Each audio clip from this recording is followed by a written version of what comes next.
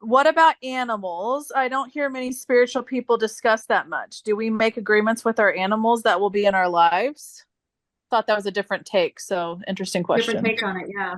I was gonna say, I think we talk about animals quite a bit. And I know I did an interview yesterday and I was talking about animals a lot on there. And so, Yeah. um, but animals, I think they do. I mean, remember everything, there's agreements made and they are souls. And, that's, I highly believe many times, especially the close pets that we have, the ones that we're in close proximity to, I highly believe those are guides.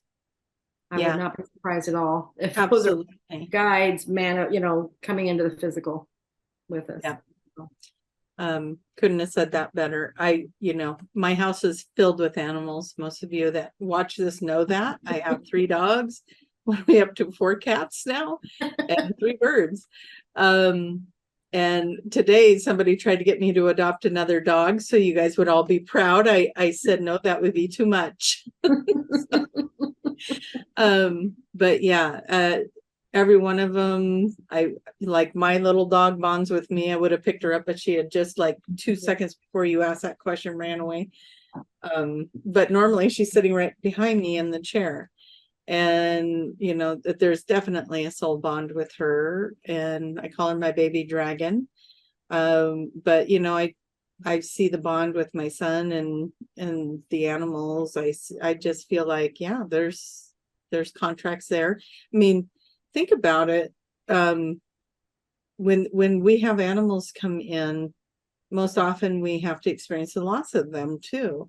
And that's a big life lesson there, to love something and to release it. And, Well, and when you think about how animals love, they love unconditionally. They are so unconditional. So they are wonderful teachers to us about how to be that way, to love unconditionally.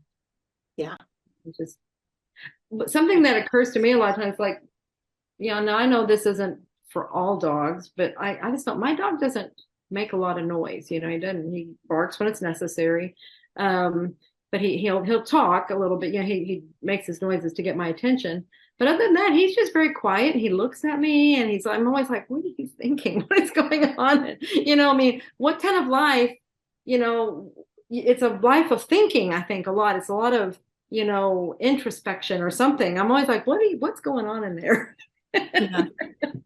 But we have QHHT sessions where people come in as animals. I was a mammoth.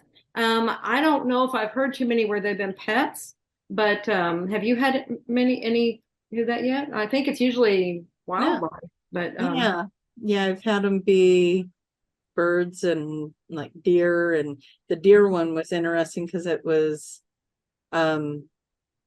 that person, and if I remember right, that person, it was a male that had a regression, and I think he hunts, and he got to experience what it was like to be a scared deer.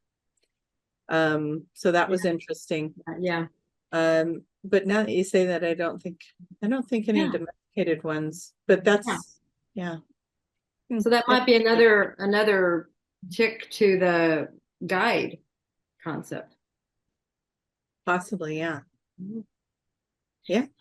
That's a great question for a session. Would be a great question for a session.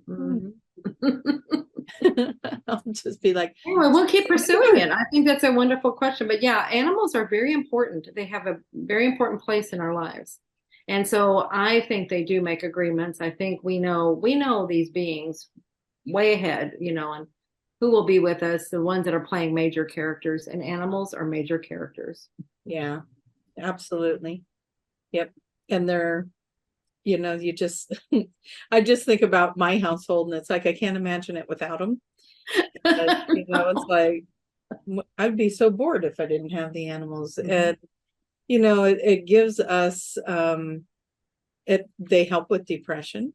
Let's say you're depressed, but you got a cat, you're going to have to get up and feed it and take care of it. And it's, sometimes the animals are the thing that keeps us going when we're going through bad times. So true.